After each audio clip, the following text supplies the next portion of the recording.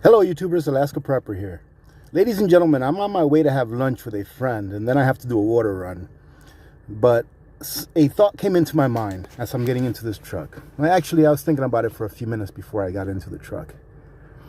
And that is that the forces that will drive the price of food higher this year and next year are going to be incredible.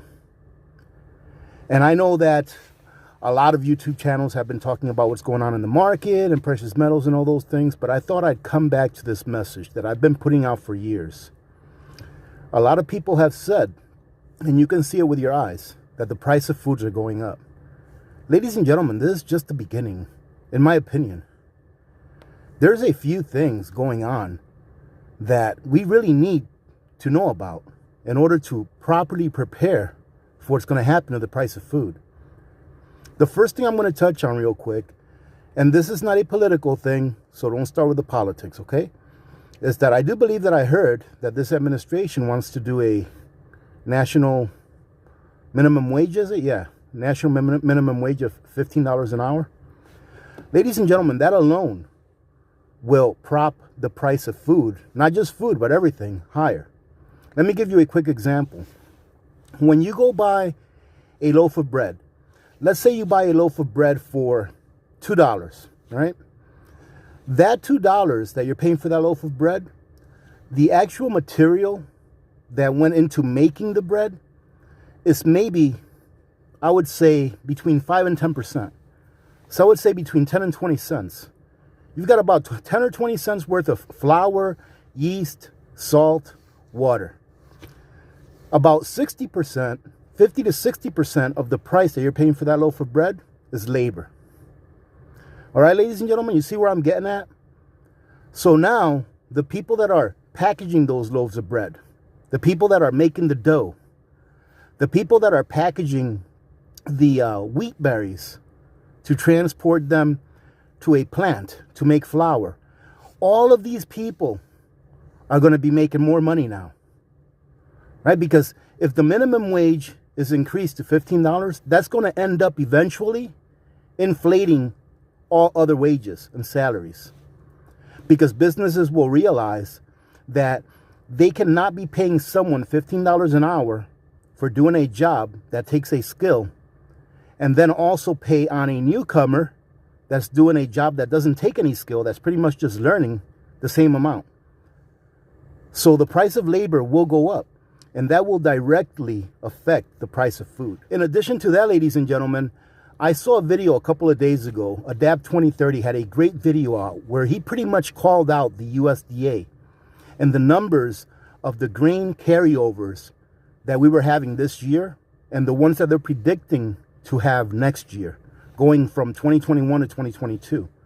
Ladies and gentlemen, a lot of people were saying that they didn't believe the numbers that the USDA was putting out last year after the harvest. That pretty much they were saying, yeah, everything's looking good, we should have a bumper crop, etc., etc. They didn't believe it. Well, right now, I do believe that if you go to Adapt 2030, and I'll leave a card for that video on the top right-hand corner of this video here, if you want to go see that video specifically. So now they're revising their numbers. And do you think that they're revising their numbers higher or lower? They're revising them lower, of course, right? So now we have less stock of wheat, soybeans, corn, barley, and I think there's one or two other grains that he mentioned, than what they were predicting that we would have at the end of this year, this last year that just passed. And for the end of this year, they're actually predicting one of the lowest carryovers that we've had in a very long time. I don't remember the specifics, but I do hope that you go watch that video from Adapt 2030. It's worth the 10 or 15 minutes, I believe it is. So, ladies and gentlemen, we have inflation in wages that looks like maybe coming our way. We have a lower supply.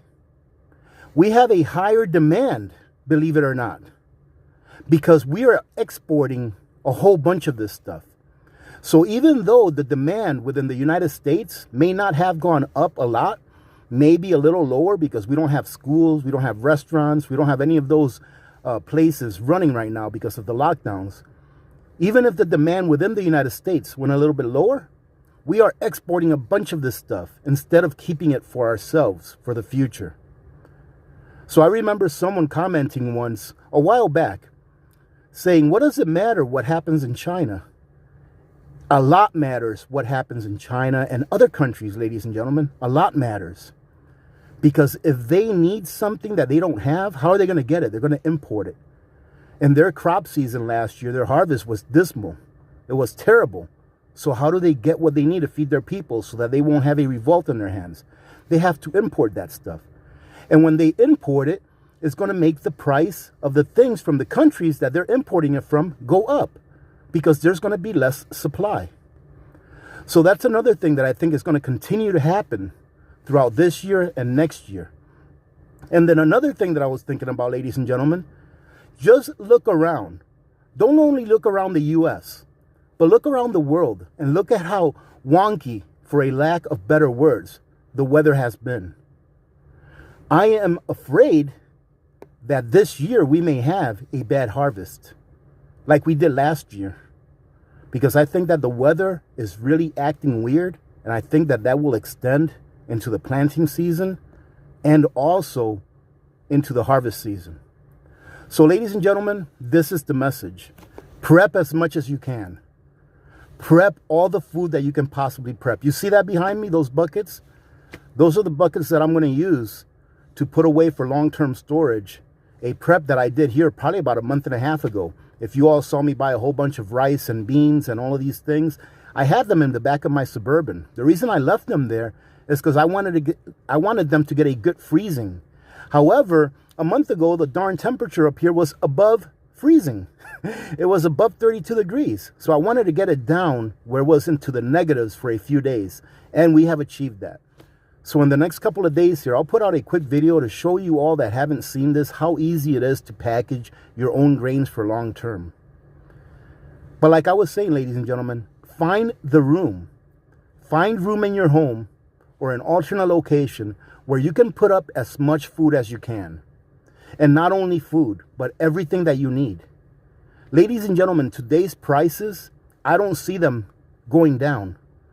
I see that next year and the year after that, and especially 2024 or so, the price of food is going to probably equal to 40% or more of what the average American brings home.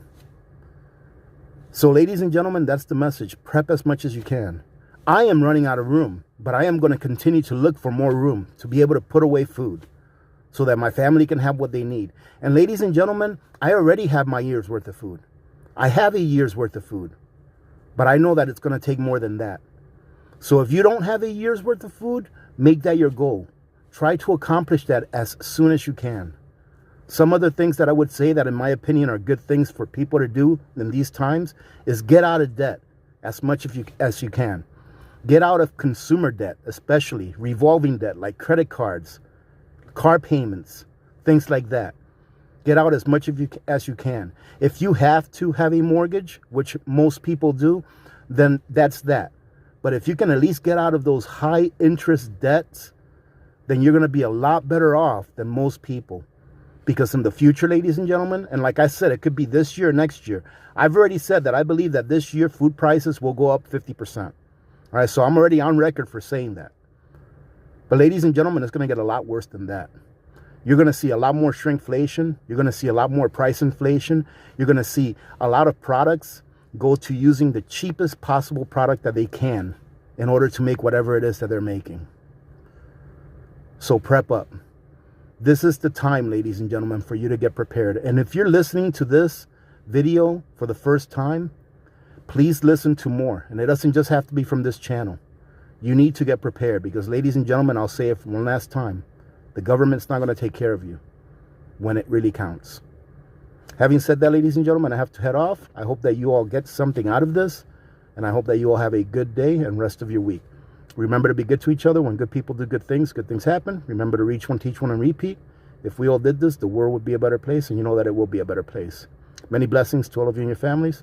I'm Alaska Prepper. I am out.